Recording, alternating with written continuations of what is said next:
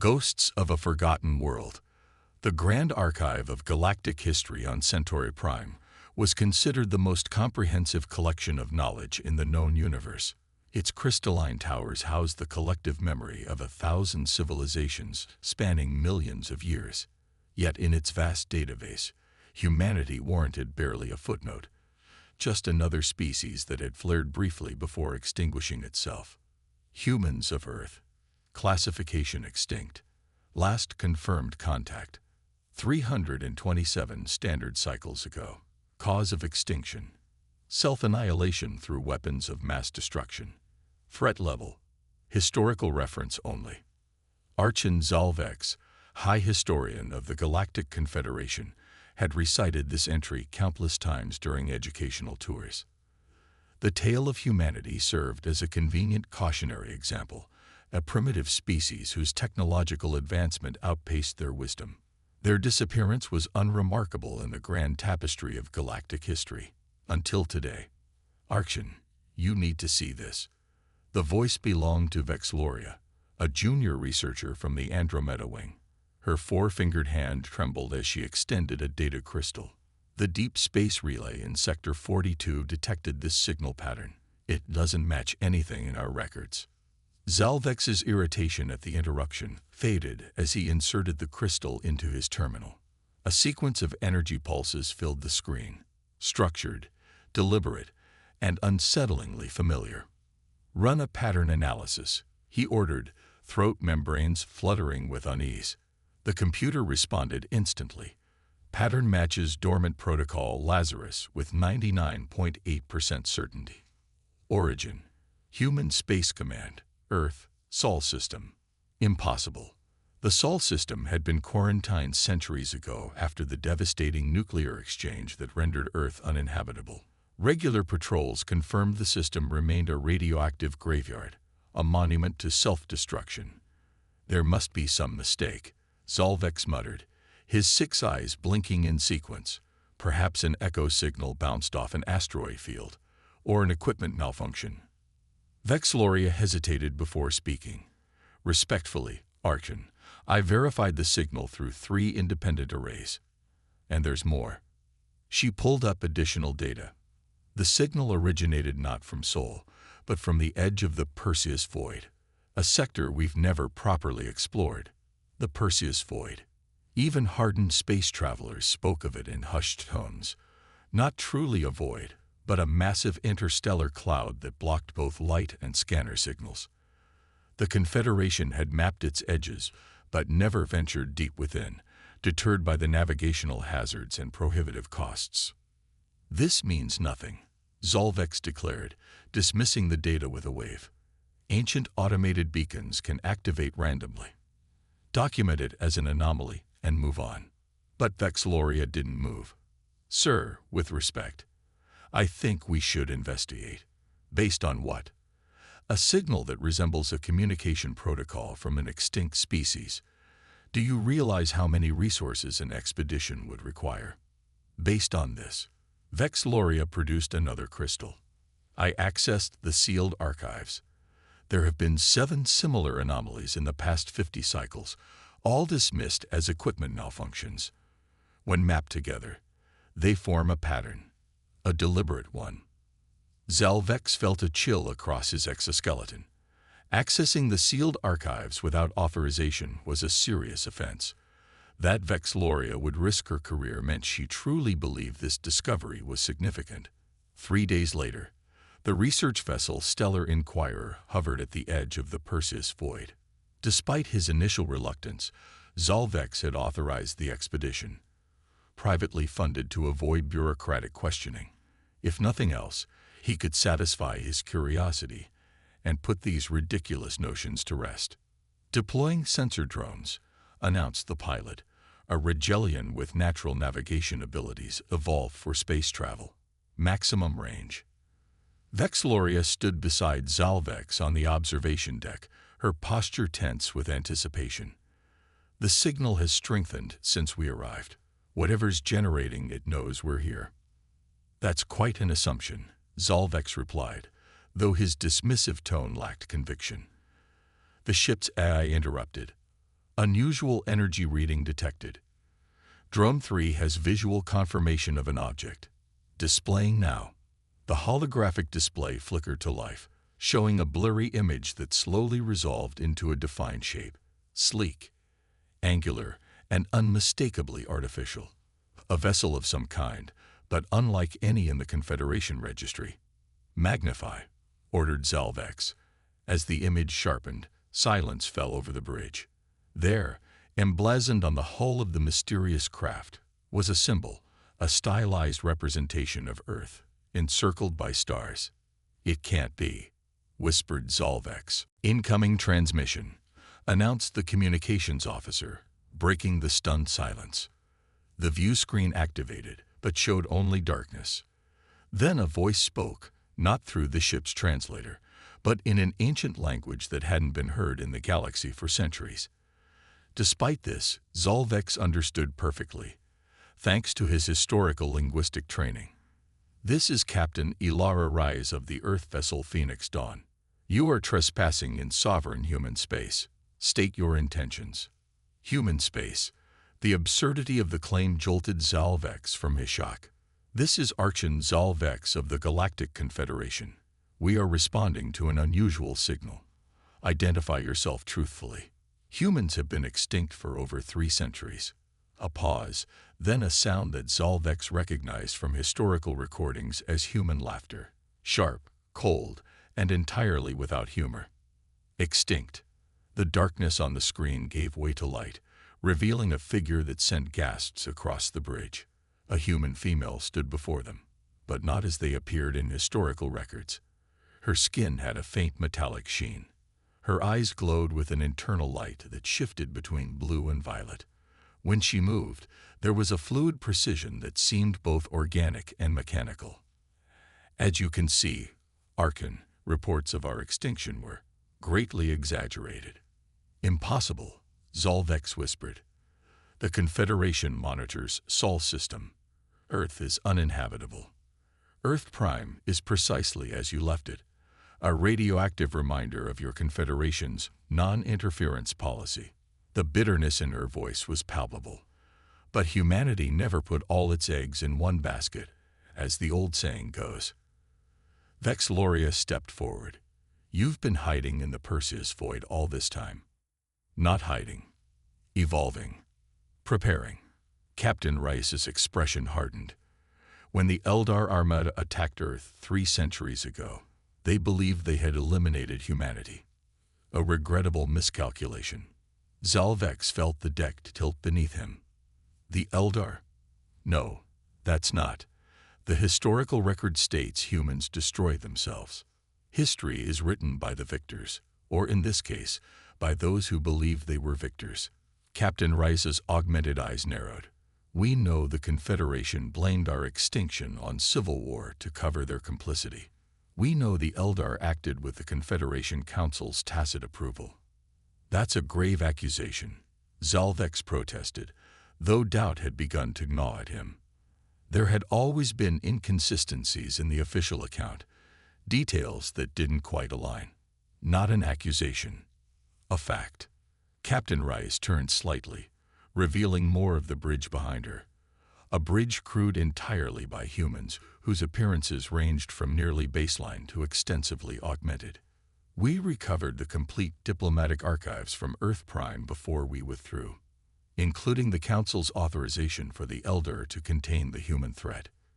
Vexloria's voice shook as she asked, "How many of you survived?" "Enough." The captain's expression softened slightly. "Our ancestors established deep space colonies decades before the attack. When Earth fell, those colonies went dark, erased all traces of their existence, and retreated beyond the void. And now you've returned." Zalvex stated the obvious, mind racing with implications. "Why now?" "Revenge." "If revenge were our goal, Archon, we wouldn't be having this conversation." Captain Rice gestured, and the view widened further, revealing a tactical display that showed not one ship, but dozens, no, hundreds, positioned throughout the void's edge. A fleet that had somehow assembled without triggering a single Confederation sensor. "Mother of Stars," breathed the Rigelian pilot. The Eldar believed they had eliminated a primitive planet-bound species. Captain Rice's voice was steel-wrapped in silk. What they actually did was force humanity to adapt, to evolve at an accelerated pace, to become something new, something that could survive in the harshest environments, something that would never be vulnerable again. As if to illustrate her point, her hand transformed before their eyes, fingers elongating into specialized tools, skin shifting from flesh to metallic composite, and back again. Not mechanical augmentation, but something else entirely, a perfect fusion of biology and technology. Humanity didn't just survive, Archon. We transcended. The implications staggered Zalvex. If humans had indeed achieved this level of biotechnological integration, they represented an evolutionary leap beyond anything in known space. Captain Reyes, he said carefully, I believe there has been a profound historical injustice. Let me contact the Confederation Council. Whatever happened 3 centuries ago, we can establish diplomatic relations now and diplomatic relations. Captain Reyes's laugh was sharp. Your council had their chance at diplomacy when they sanctioned the attack on our homeworld. No, Archon, we're not here to negotiate. The tactical display shifted, revealing more ships emerging from the depths of the void. Thousands of them. We're here to reclaim our place in the galaxy. Captain Rice's expression was one of absolute certainty. And this time, we won't be erased. The view screen went dark as the transmission cut. Moments later, the ship's sensors detected massive energy signatures as the human fleet began to move in perfect formation, not toward the Stellar Inquirer, but past it, toward the heart of Confederation space. Vexloria turned to Zalvex, her eyes wide. What do we do now? The Archon stared at the emptiness where Captain Rice's image had been. The history he had studied and taught his entire life had just been revealed as a fabrication. A species believed extinct for centuries had returned, transformed and apparently unified with purpose. And he, unwittingly, had been the one to make first contact. We warned them, he said simply. We warned them all. But as the words left his mouth, he wondered if any warning would be enough. Humanity hadn't just survived extinction. They had used it as a catalyst for evolution. And now they were returning to a galaxy that had forgotten them, with technologies that defied understanding, and it seemed, a very long memory. The ghosts of a forgotten world had returned, and the galaxy would never be the same. The reckoning tide. The Confederation Council chamber had never been so silent. Representatives from 200 species sat frozen as the holographic display showed the human armada advancing steadily through Confederation space. Not a single defensive measure had slowed them. Not a single warning shot had been fired. The humans simply proceeded, their ships parting around any obstacle like water around stone, inexorable and precise. Supreme Counselor Dravmore, a Centaurian whose species had led the Confederation for 8 consecutive terms, finally broke the silence. How is this possible?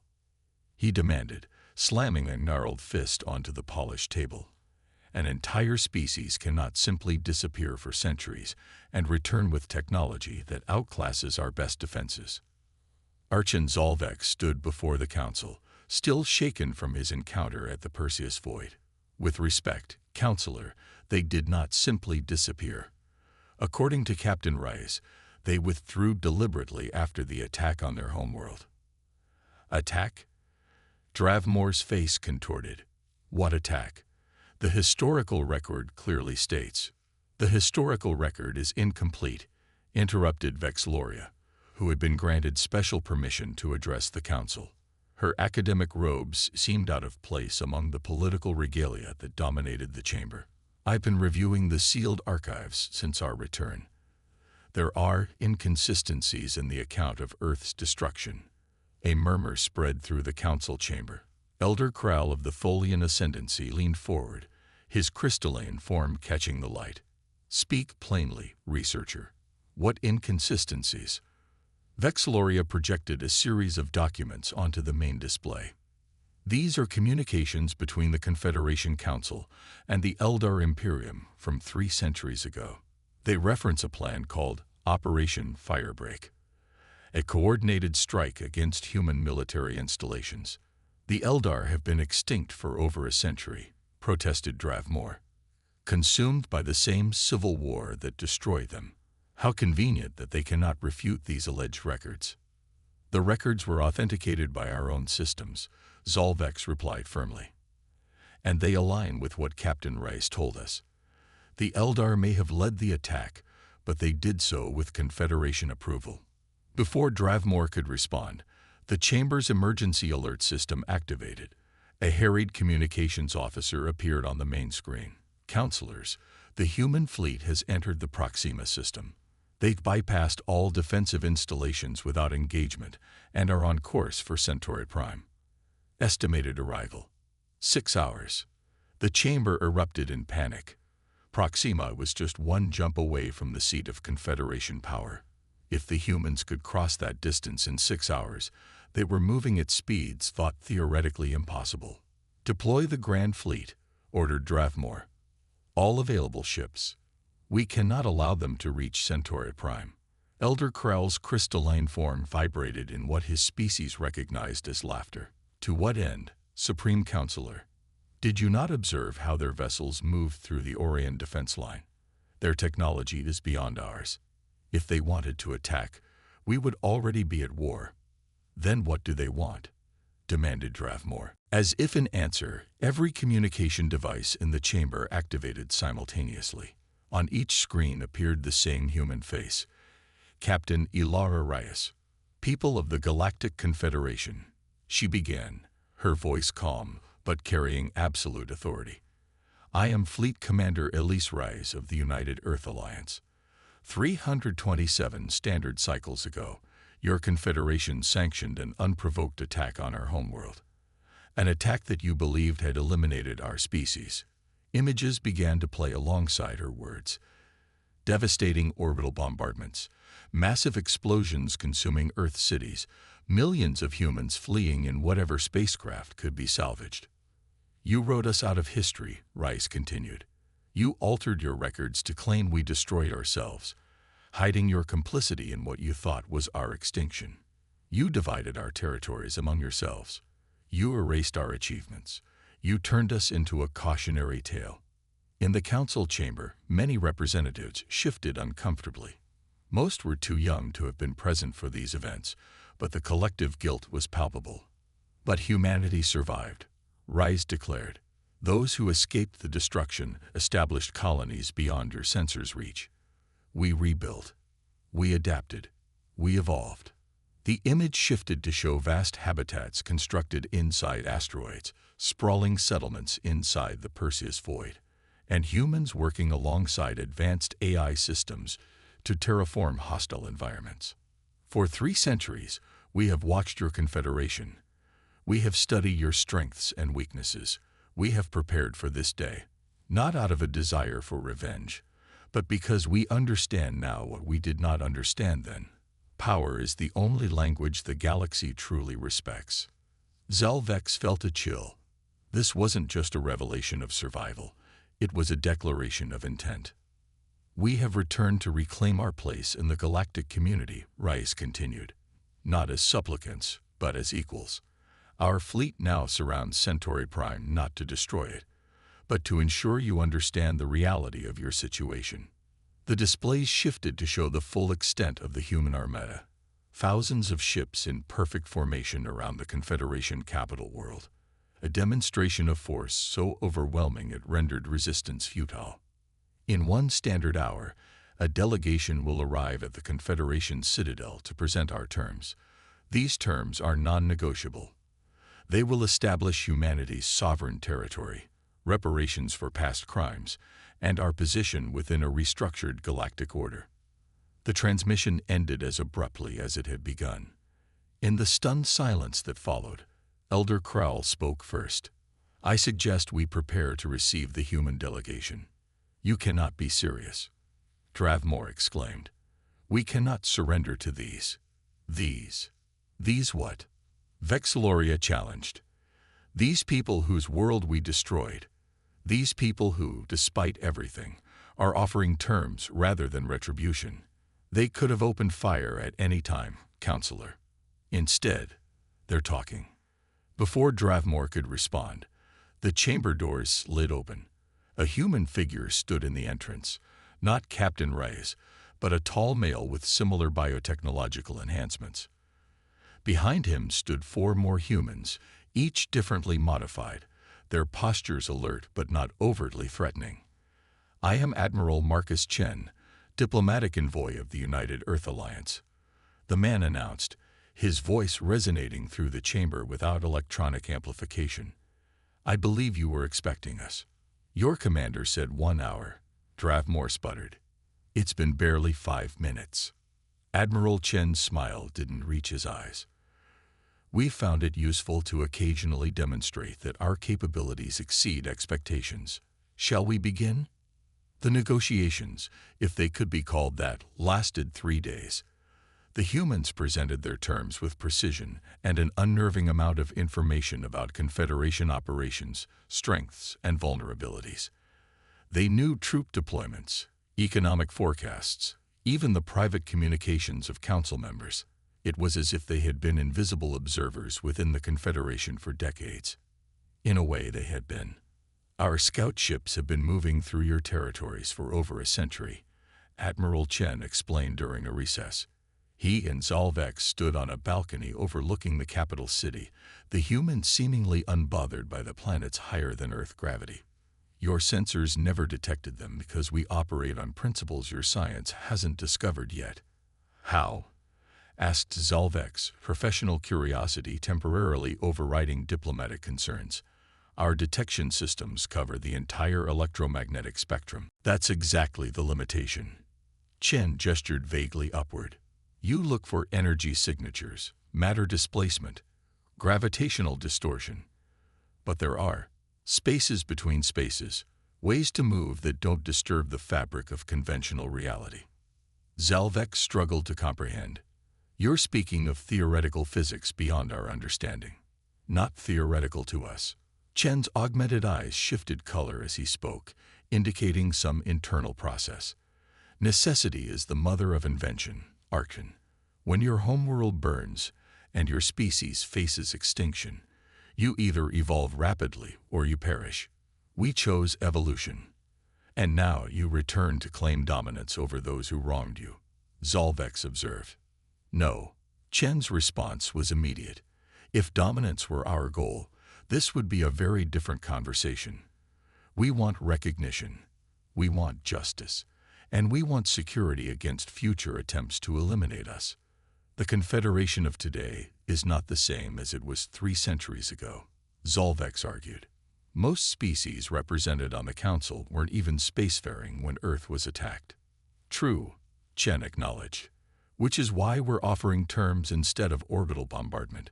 But make no mistake, Archon, we will never again be vulnerable. We will never again trust our survival to the goodwill of others. The final agreement was signed on the 4th day. The Confederation formally acknowledged its role in the attempted genocide of humanity and agreed to substantial reparations. The Perseus Void and surrounding sectors were recognized as sovereign human territory. A new council position was created for human representation. Most significantly, the true history of Earth's destruction was restored to the galactic record.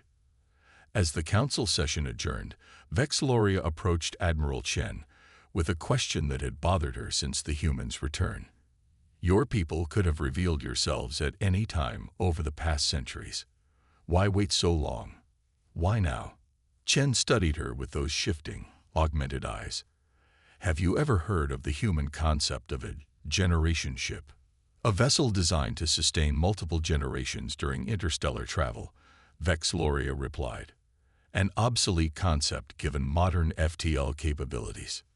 Yet the philosophy behind it remains sound, Chen said. Some journeys, physical, technological, or societal, cannot be rushed. After the attack, our surviving population was small, traumatized, and scattered. We needed time to rebuild not just our numbers, but our civilization. To heal. to advance, to become something that could never be threatened again. He gestured toward the council chamber, where representatives still lingered, discussing the new reality in hushed tones. Every human alive today grew up knowing this day would come. We weren't hiding, researcher Vexloria. We were incubating, transforming. The humans who fled Earth were desperate refugees. We are their descendants, something new. Are you even still human? Vexloria asked, then immediately regretted the potential offense. But Chen merely smiled. A genuine expression this time, more human than ever. We've simply embraced the full potential of what humanity can become. The best parts of our biology enhanced. The worst parts engineered away. Our consciousness expanded. Our limitations transcended. He turned to leave, then paused. Your historical records described humans as warlike, aggressive, prone to self-destruction. Those traits served a purpose in our evolutionary past on Earth, but they were always our weakness, a weakness the Confederation exploited. So we evolved beyond them, deliberately and methodically. And what are you now? Vexloria asked. Admiral Chen's eyes shifted to a deep blue as he considered the question. We are humanity's second draft. All the creativity, adaptability, and determination of the original, with fewer of the flaws. And we have returned to a galaxy that thought us extinct, to reclaim our future and ensure that what happened to Earth never happens again, to anyone. As Chen departed with his delegation, Zalvex joined Vexloria by the window. Together they watched the human diplomatic vessel rise into the atmosphere. A sleek craft that seemed to bend light around itself until it vanished from view entirely. Will they keep their word? Vexloria wondered aloud. Will they truly be partners rather than conquerors? Zalvex considered the events of the past week, the revelation of a centuries-old crime, the return of a species transformed by necessity, and a show of force so overwhelming it had brought the mighty Confederation to terms without a single shot fired. I believe they will, he said finally. Not because they fear us or need us, but because they've evolved beyond the cycle of vengeance. They could have destroyed us, but they chose a different path. Above them, invisible to conventional sensors, but undeniably present, the human fleet maintained its perfect formation around Centauri Prime, not as an occupation force, but as a reminder. A statement written in starships and advanced technology that echoed across the galaxy. Humanity had returned from the void. And this time, they would not be forgotten.